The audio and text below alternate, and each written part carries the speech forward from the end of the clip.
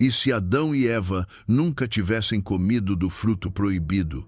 Essa é uma das perguntas mais intrigantes da teologia cristã. Muitos de nós já pensamos nisso. Como seria viver em um mundo sem sofrimento, sem doenças, sem guerras e sem morte? Será que estaríamos em um paraíso eterno, em perfeita comunhão com Deus? Ou será que, de alguma forma, o plano soberano de Deus já incluía a queda e a cruz? Hoje vamos mergulhar juntos nessa reflexão, com base nas Escrituras. Vamos analisar o Éden, o pacto que Deus estabeleceu com Adão, a realidade da queda e a grandiosa obra de Cristo. E no final, vamos entender por que essa pergunta não é apenas teórica, mas profundamente prática para a nossa fé e para a nossa esperança. No início, Deus criou o homem e a mulher à sua imagem e semelhança. Eles viviam no jardim do Éden, um lugar de delícias, em perfeita harmonia com a criação, consigo mesmos e, acima de tudo, com o próprio Deus. Nesse contexto, Deus estabeleceu um pacto, o que chamamos de Pacto das Obras. Esse pacto consistia basicamente em uma promessa e uma condição. A promessa era a vida eterna. Se Adão obedecesse a Deus, ele e sua descendência viveriam para sempre em comunhão perfeita. A condição era a obediência. Não comer da árvore do conhecimento do bem e do mal. A árvore não era má em si. Ela representava a soberania de Deus e o limite que separava o Criador da criatura. Era o lembrete de que o homem não era autônomo, mas dependente da vontade de Deus. Adão foi criado com a capacidade de obedecer e que, de fato, poderia ter permanecido fiel, mas também tinha a possibilidade de cair. Era um estado de prova. Podemos dizer, então, que Adão estava diante de uma bifurcação: obediência, que levaria à vida eterna, ou desobediência, que traria a morte. Esse era o cenário do Éden.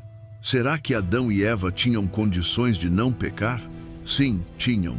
Antes da queda, o ser humano tinha o que chamamos de livre-arbítrio, a capacidade de obedecer ou desobedecer. Santo Agostinho usava 4 expressões para explicar os estados do homem. Antes da queda, o homem era capaz de pecar e capaz de não pecar. Depois da queda, o homem não é capaz de não pecar. No céu, o homem não capaz de pecar. Isso significa que Adão poderia, de fato, ter resistido à tentação da serpente. Ele não estava condenado a cair. Ele tinha liberdade real, mas também a responsabilidade de permanecer fiel. Se tivesse obedecido, teria inaugurado para toda a humanidade um estado de justiça original. Não conheceríamos o pecado, a corrupção moral, as doenças, as guerras e a morte. Imagine um mundo onde cada relacionamento é puro, cada ato é justo, cada coração é sincero diante de Deus. Seria um paraíso não apenas físico, mas moral e espiritual. No entanto, é importante dizer que mesmo a obediência de Adão não seria o destino final. O Éden não era o objetivo último, mas um estágio de prova.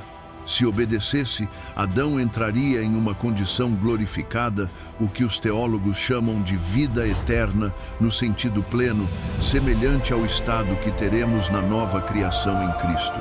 Aqui, porém, surge a grande questão: se Adão podia não pecar, por que Deus permitiu que ele caísse?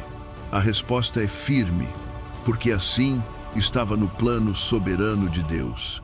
Isso não significa que Deus seja o autor do pecado.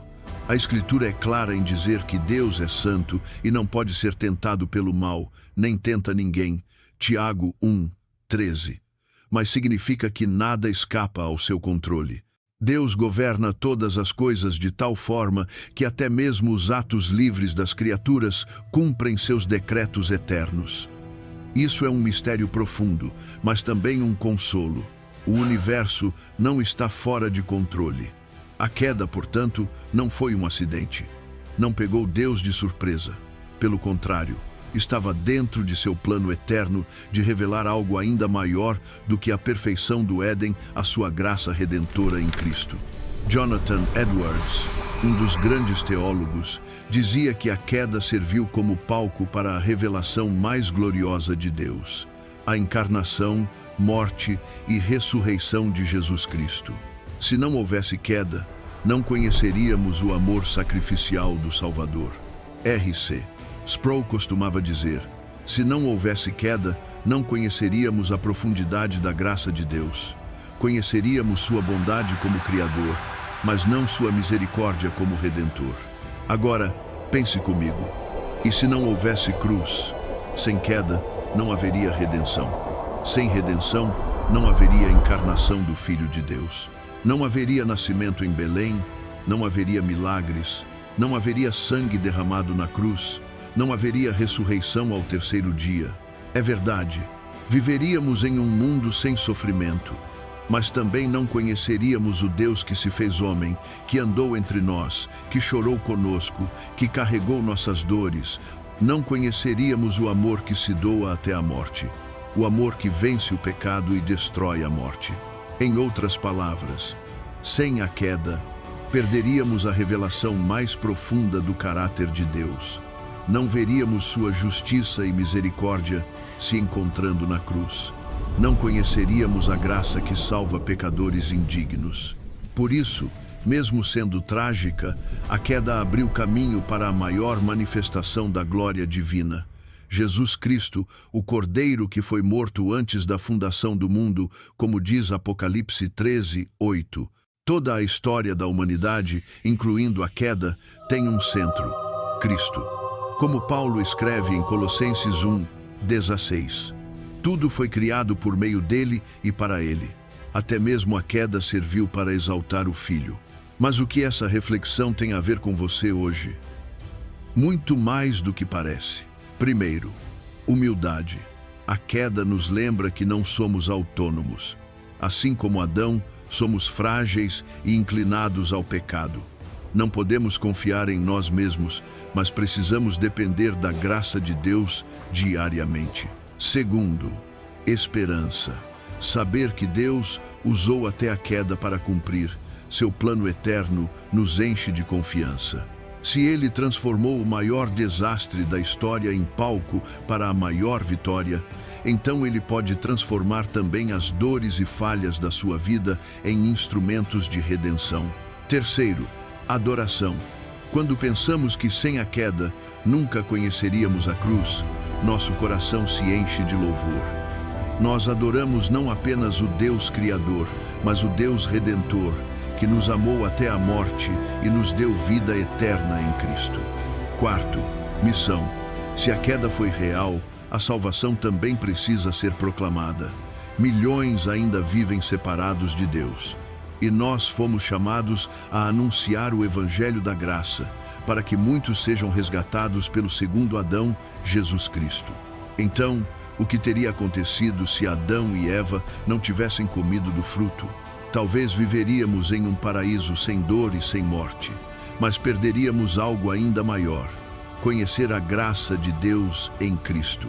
A boa notícia é que, mesmo com a queda, Deus não nos deixou sozinhos. Ele enviou o segundo Adão, Jesus, que venceu onde o primeiro falhou, e é por causa dele que hoje podemos ter perdão, esperança e vida eterna. Se essa reflexão falou ao seu coração, deixe um comentário com a palavra graça. Curta este vídeo e se inscreva no canal para continuar aprendendo conosco. Até o próximo estudo e que a graça de Cristo seja com você.